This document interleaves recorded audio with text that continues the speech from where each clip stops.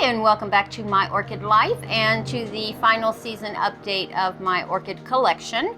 I've just kind of gathered the rest of the orchids that I have. I've done a separate video on my hybrid Phalaenopsis, a video on my summer novelty Phalaenopsis, Cattleyas, and now here's just kind of the rest of them. I don't have enough of each other type of genre to make a separate video. And I did recently do a update video on the mount, so I will post that somewhere up on the screen for you if you want to go watch that afterwards. I did want to show you this mount. So this is my Onsidium Variegated, and in the mount update, there wasn't much going on, but if you look, we have a new leaf growing on this one. I don't know if you can see that. This one has a new leaf growing.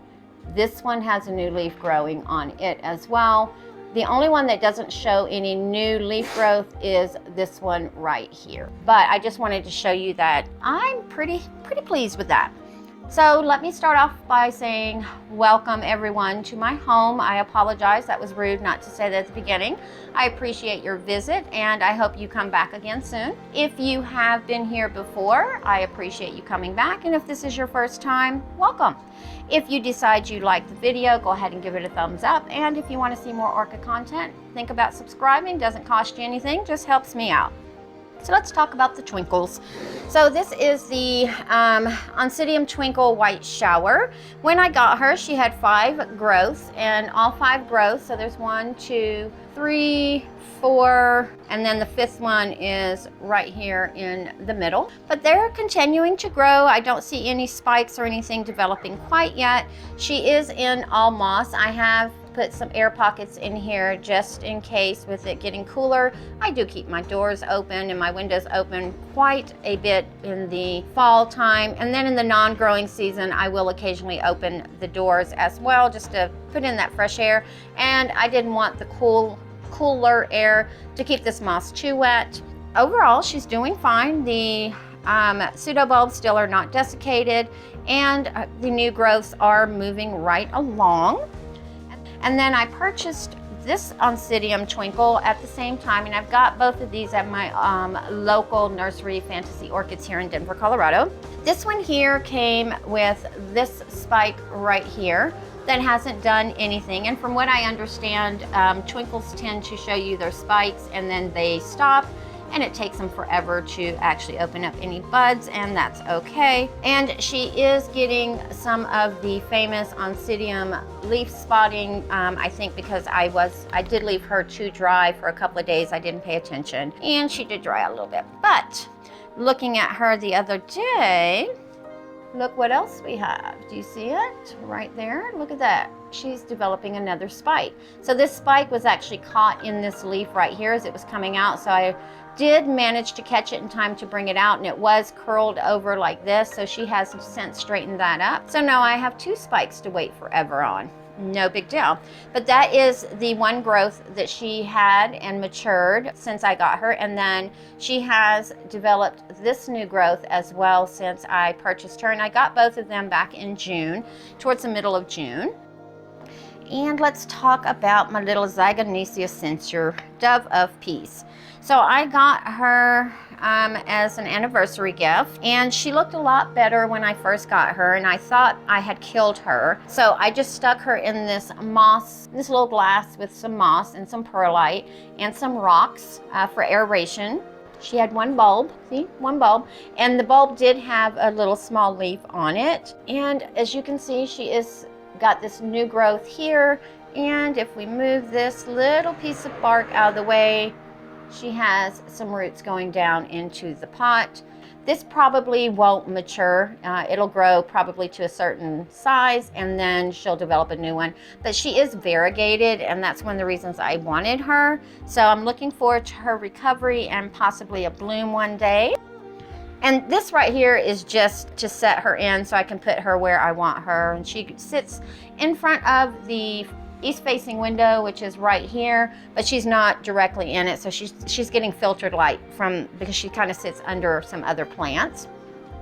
And then let's talk about our Brassavola little stars. And then this is the Yagushi Tagasaki. And once again, my supervisor is fussing. I don't know why. Oh, probably because the cars are stopped in front of the house. But anyway, let's just move forward.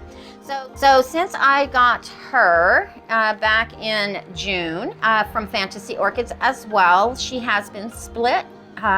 The majority of her is in this pot, and then I do have the rest of it on a mount. And if you see that little mount right there, she's actually right above that mount, and there is a grow light on it.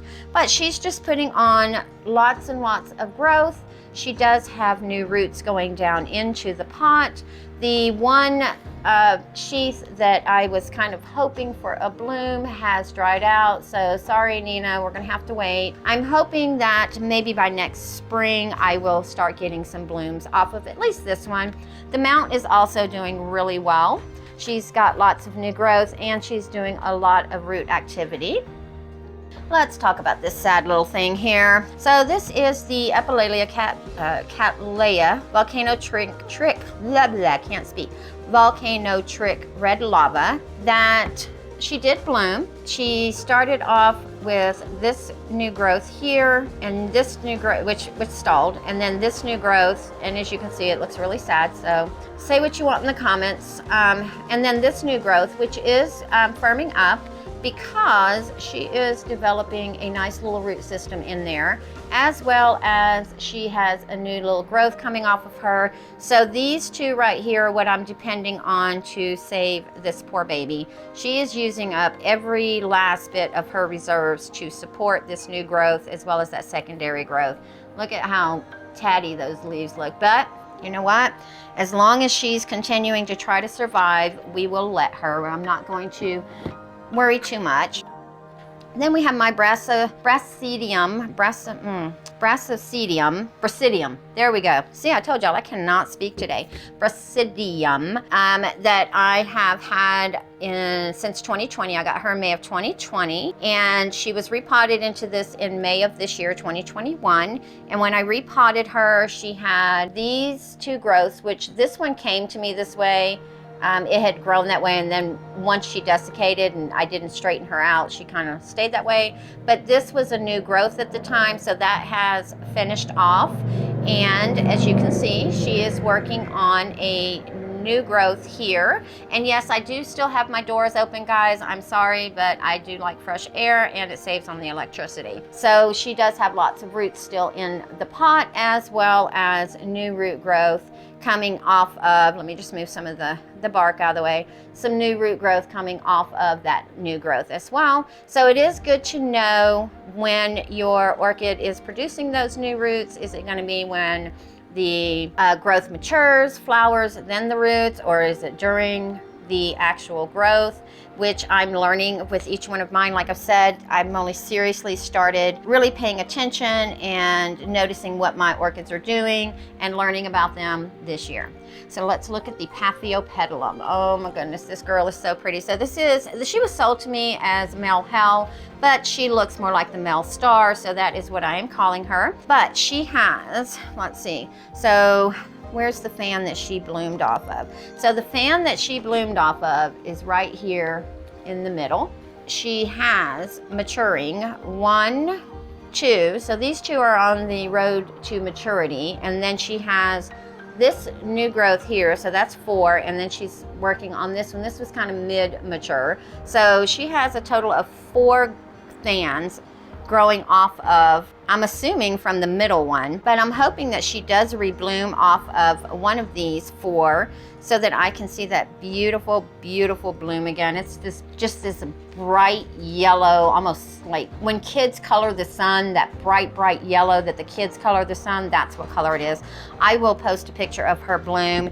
And if you want to see when I repotted her into this bark, perlite, and charcoal mix, I'll post that video as well. And also look at all the roots in her pot. Like, she did not have this many when I initially put her in there. So I am very, very pleased that I got it right, because this is my 4th Paphiopedilum, And I killed the other 3, so I'm hoping number 4 is lucky for me. My next goal is to get some of the mottled leaf Epileocatleums because I just think the foliage on those are so very, very pretty and interesting. I will wait until spring for that, or if I find one locally, I'll get it locally. And then this is my Wilsonera Martian Leatherberry Delicious that ended up having a emergency repot back in January, February of 2021 because she had a rotted bulb. But again, this is another one I purchased at my local nursery, Fantasy Orchids. When I repotted her and took the old bulb off, all she had was this bulb here, and then this was kind of a young growth. And then these 2 that are maturing were really, really tiny. So this one here did grow a little bit, but it kind of finished off. It never developed its bulb. But the 2 newer, latest growths are still extending their leaves. And I believe this one here is going to try, because I see the little split. If you kind of look, you can kind of see where the bulb is starting. It's going to be a little tiny bulb. It's not going to bloom as this one as well, but it's recovered. So hopefully maybe the next 2 growths I will get a bloom and see what this lovely lady looks like. According to the tag description, it says it's a red flower with a white lip. Doesn't say it's fragrant, so more than likely it is not. And then, oh, my poor baby. Let's look at my zygonesia, and it is the Murasaki Komachi, and it was identified for me in the care collab that I did when she was in flower. Let me take her out here, and it could be that she needs water because I feel a little dampness at the bottom, but the moss looks rather dry, and I don't see the humidity spots that I normally see. So she may just need water, but look how droopy she is. Doesn't she look sad? She looks very unhappy. So this is one of her latest growths. And then this is the growth that she bloomed off of, but look how it's growing. It's just doing weird stuff. It's all pinched up in there, and it could just be maybe she needs some water. So today is watering day, and that's why I decided to do these end of season updates, because I was moving them all around. So those that needed water, I was watering, and I was like, let's just do them all. Since you are taking them out, it just makes sense. I'm gonna water her, and I'm thinking maybe now with the direction of the sun, she may be getting a little too much light. So I may move her away from the light, see if she doesn't do a little bit better, because her leaves have lightened up quite a bit. They used to be a nice pretty green, and I think they're a little too light. Let me know in the comments down below if you grow zygонesias or zygopetalums, and if my leaves look a little too limey, because I think they should be a little more on the grass green side.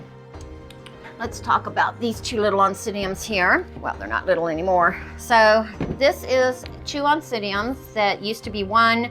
They were split in half, potted up separately, and then they started taking up too much space just because of the way they were growing. So I decided to put them back in the same pot, and they're doing pretty good. So this one here, this new growth here is getting larger, as is this grouping over here. They're getting fairly large. Now I don't see any roots on the outside of the pot, but I am going to make the assumption that there are roots in the pot because the leaves are still, firm. I mean, Onsidium leaves aren't going to be super hard, depending on the variety, but they're not drooping. So there have to be roots in there. Plus the 2 larger bulbs, they are shriveled a little bit, not as much as you would expect.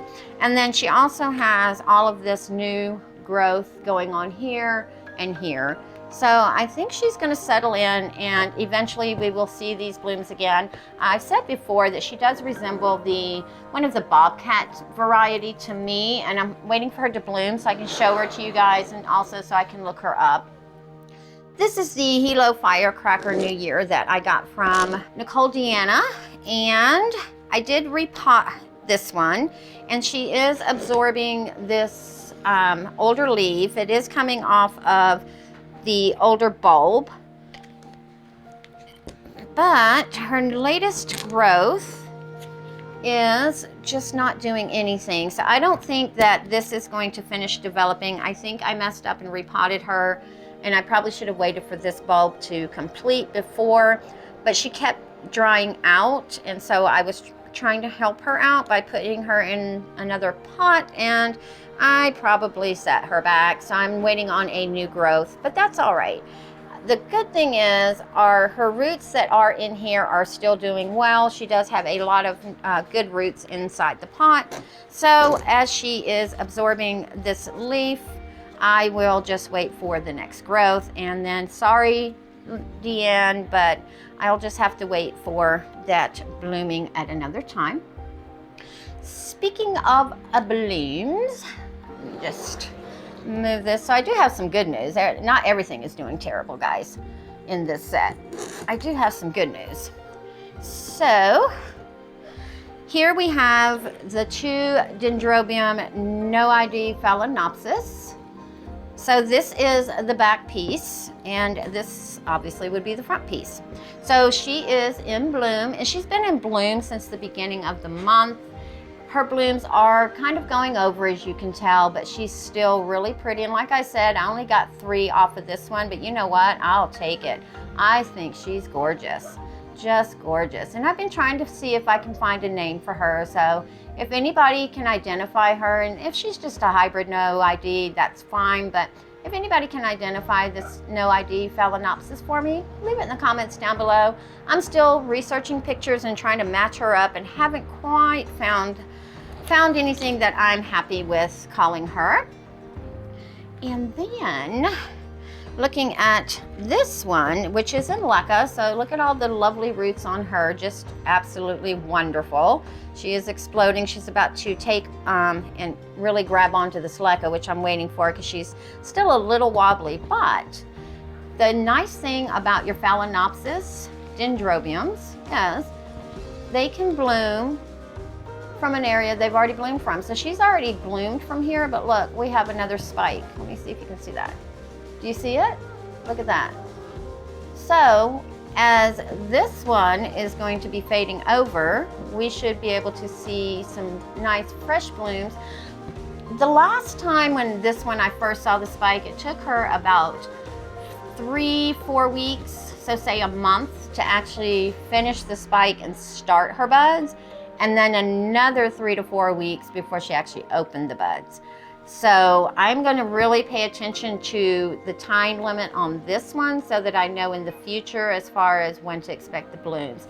This one I kind of was watching, but I kept thinking, oh, she's going to open, oh, she's going to open, oh, she's going to open, that I didn't really keep track. So I will be keeping track of this one. Like I said, I'm still learning that this is one of the things as an orchid hobbyist that is good to know, is how long does it take your orchid from the beginning of the spike to bloom, and then how long does it stay in bloom. So she has been in bloom for about 4 weeks now, and they're still, I mean, they still look okay. She's not really drying out, they're not folding over or anything like that, but I feel like she's probably going to be another 2 weeks before she just really starts breaking them off. And if you have any of them that you would like to do a care collab on, let me know in the comments down below. And with that, go ahead and give the video a like, subscribe, and we will see you on the next one. Everybody stay safe.